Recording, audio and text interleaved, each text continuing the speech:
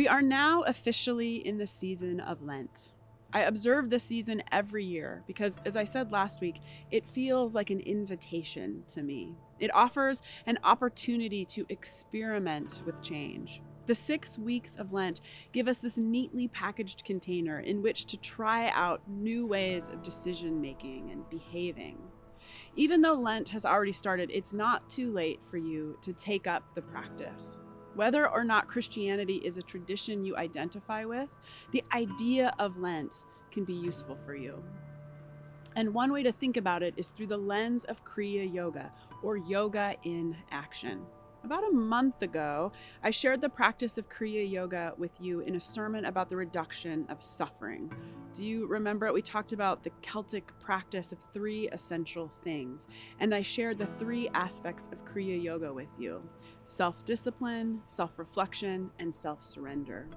Taken together, these 3 practices offer us an amazing system of transformation. It's important to notice that in the middle of discipline and surrender is reflection, because without honest self-reflection, any attempts we make to discipline ourselves or to surrender ourselves can be at worst dangerous and at best simply ineffectual. So let's pause and take a moment for reflection here. Let your attention start to move inward a bit. Feel free to close your eyes if that's comfortable for you. Connect with the feelings of your body and the movement of your breath.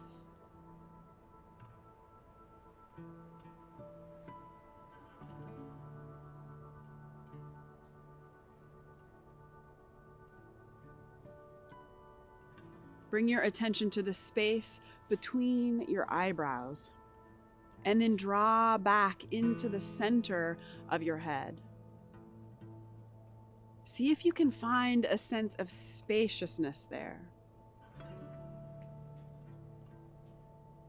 And tune into the thoughts currently passing through your mind.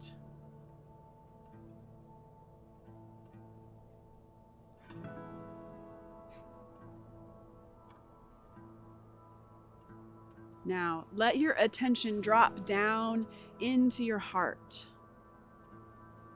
Feel the physical sensations within your chest.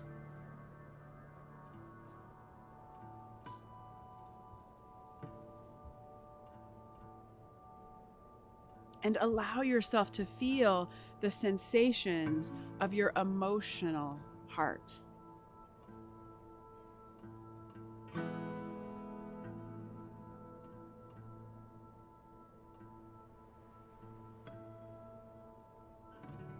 With your attention resting in your heart, ask yourself, what needs to be changed in your life?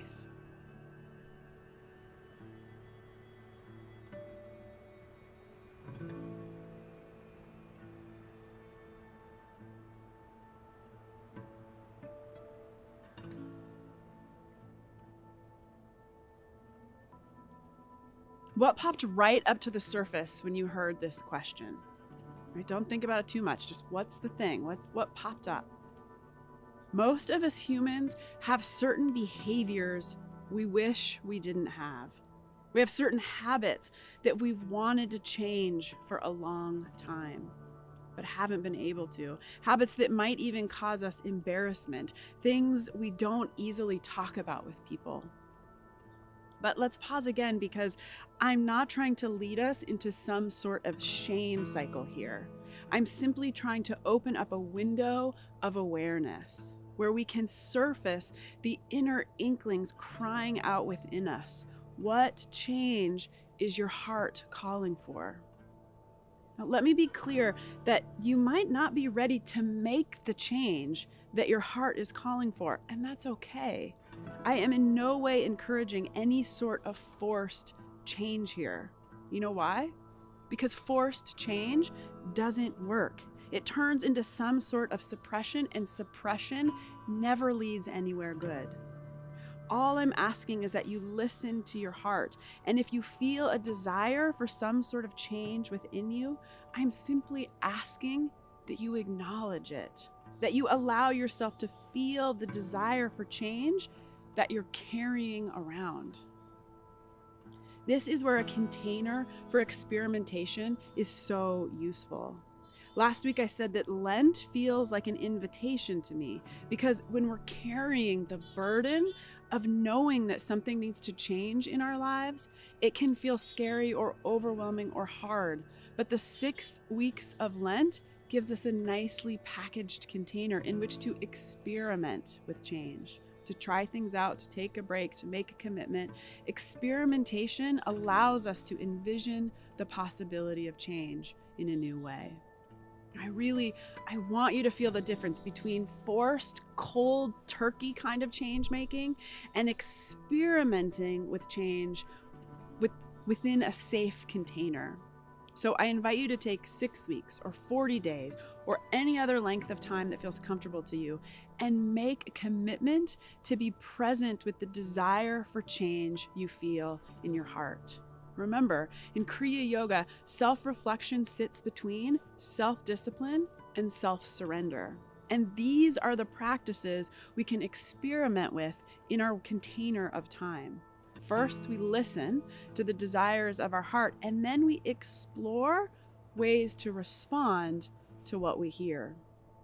Experiments with self-discipline can go in any number of directions, but they usually fall in one of 2 categories: elimination or cultivation. When you think about the change you want to make, what needs to be eliminated? Now, be gentle here, be simple. Unless you feel really ready, don't try and change 100% of everything. Choose one thing that can be eliminated and use this elimination as an awareness practice. Every time you would normally take the action you're no longer taking, notice what you feel.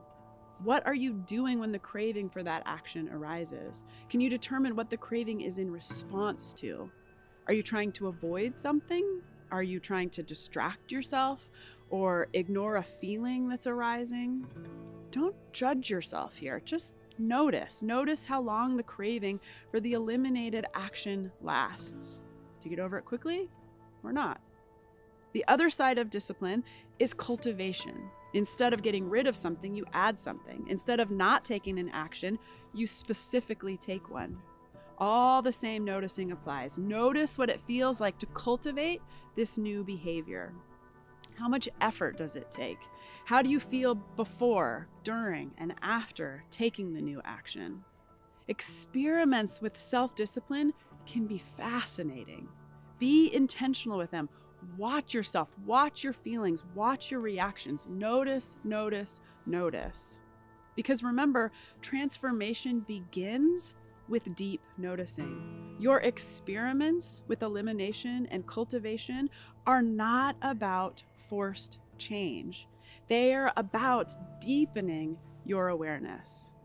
And the other side of Kriya Yoga to experiment with is surrender, which can be a tough word for a lot of people. If you're reacting to it, that's okay. Just notice your reaction, but allow yourself to think about it a bit more. This aspect of Kriya Yoga can also be understood as humility or devotion. It's about getting over yourself. It's about getting over your small s self. When we think about making changes, we often get stuck in our own mind and our own ideas of what we should be doing, our own ingrained, rigid ideas of right and wrong that often include shame and judgment.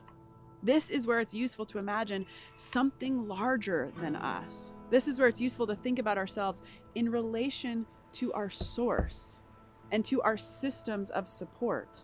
When you think about taking disciplined action, who will support your efforts?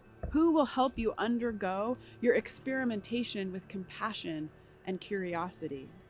Maybe it's a partner or friend. Maybe it's the practice of exploring divine grace. Maybe it's the practice of opening up to your own inner grace. No matter how you choose to experiment with change, doing so in the container of Lent provides a reminder that life is short. A reminder that life is full of both pain and joy, but ultimately that life is an utter gift.